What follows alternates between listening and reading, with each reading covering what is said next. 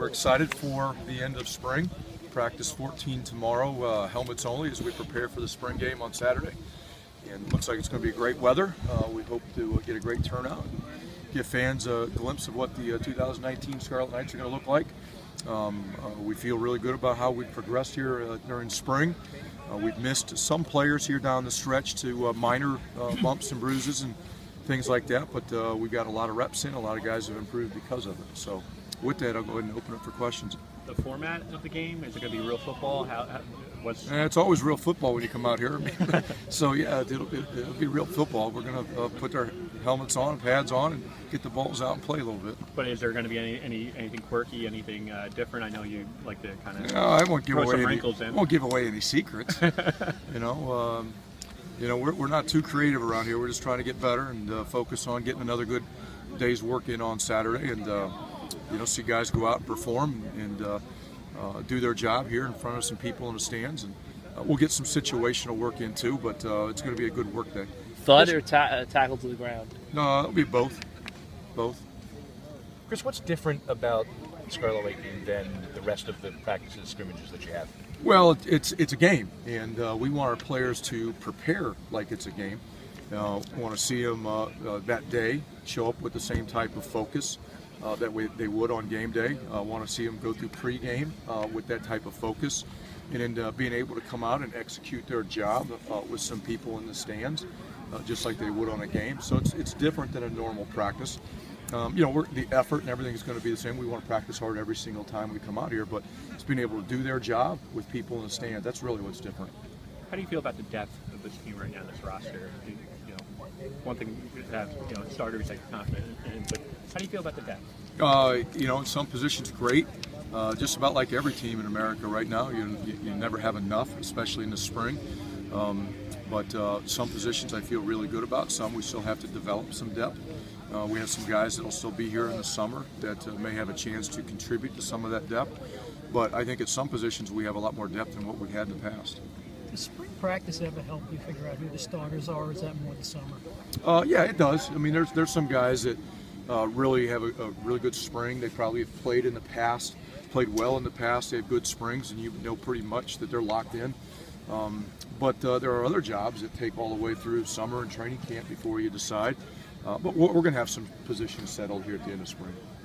In terms of the receivers, Paul Woods, Davon Robinson, they seem like they're coming along in the spring. What kind of springs have they had? They've had good springs, but I think the last time we talked, I mentioned at that position specifically, we're really looking for that individual or individuals to step up and be go-to guys every day and be consistent every single day. That's what we talked about here at the end of practice. For us to really improve, we need guys to come out here and practice like a pro, and that means they're focused and serious about their improvement and executing their job and making plays every day. If I had one critique of that group, that's probably would be it. That nobody's really risen to the top to be that go-to guy every day. Chris, can you name 2 or 3 position players or specific things that you're looking for out of the team, whether it's a specific situation, that kind of thing that you're looking for in the spring game? 2 or 3 keys? Yeah, really it's just about executing regardless of the situation. I mean, there's going to be times we're going to put the ball on the minus 25-yard line just like you would start a game, if the ball was a touchback, and we got to go execute and do our job. There's going to be times we're going to get down in the red zone, and we expect to get touchdowns down in the red zone out of our offense, try to get takeaways defensively.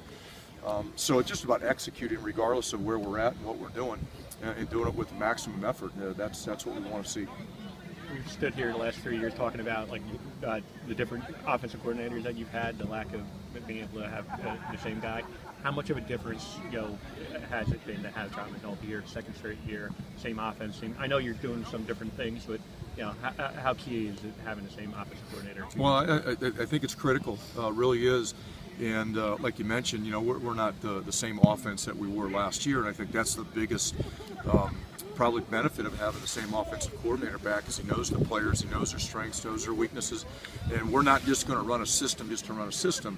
We're going to do what we feel our players can execute, what they fit into, and play to their strengths. And I think having the same offensive coordinator, that definitely helps. So we've made adjustments to our offensive scheme overall to fit the needs of our players, or I should say the strengths of our players. How do you assess your offensive line? I know you've had a lot of things there, guys in and out. Yeah, I mean, right now we got some guys out with minor things, nothing serious. We'll keep some of them out for the spring game too. But when they were all there and healthy, I thought our offensive line was playing as good as they have since we've been here. How have they responded to the new coach? Well, pretty good, based on what I thought was a pretty good performance when they were all there. And again, with some injuries, it doesn't look quite the same as it did in the first half of spring. But we get all those guys together. Some of them have played quite a bit. Some of them are going to be new starters.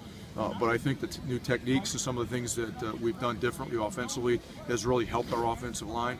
And again, I'm really pleased with the progress that they've made. And at one point, I thought for sure they were playing as good as they have since we've been here. We don't talk about it a lot, but having the same holder, having the same long snapper, having the same place kicker, is that one less thing that you have to worry about, like going into practice or even going into the offseason? Well, I don't know if I would say not worry about, but having those guys return that have played on game day and played well on game day definitely brings a little bit of a comfort level to that phase of the game. Our specialists, I think, are good. Billy's done a great job. Justin and then Adam all played well last year, and they've done a good job here this spring trying to build on that and get better. Take two more. Are you going to have a hand in the defense as much as the end of last year, or does Coach Boo, is that his now? Well, I'm going to always be involved to a certain extent. I'm not going to be the defensive coordinator. I want to be the head coach and oversee all phases and really work on culture and helping work developing players. But I'm always going to be involved defensively. That's what I feel my strong suit is, and I can add the most benefit as a coach. And Andy was really hired so I could do that. And that's the way it's gone here so far this spring.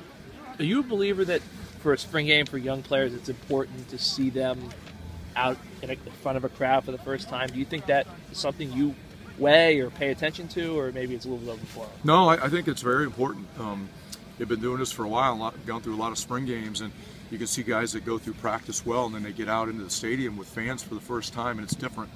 And we've got a lot of guys that are first-time players that'll go through the spring game, whether they were early enrollees or they weren't here last spring, so it's going to be their first time because they maybe didn't play last fall.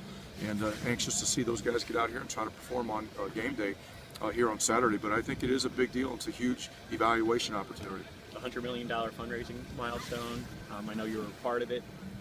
Two-part question on it. One, when Pat first announced it, were you kind of like, wow, that's a challenge, good luck with that? Or two, talk about, just being able to get it over that, what it means to your program overall. When that was first discussed a few years ago, yeah, it's a big challenge. It's a big task to try to go out and raise that type of money, but it was needed. For us to move the athletic department, our football program, and all sports forward, that money was needed to try to improve the facilities and improve the experience and our ability to develop our student athletes.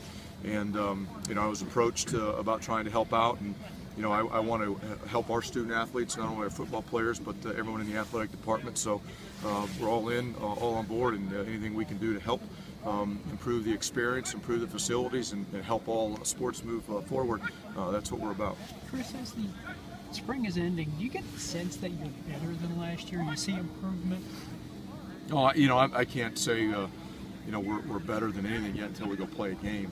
I do like our team a lot. I've said that several times. I really like the culture that we have right now. But to say that we're better as a team right now, I'm going to hold off making any predictions or judgments until we actually go play games. Thanks, guys. Thanks.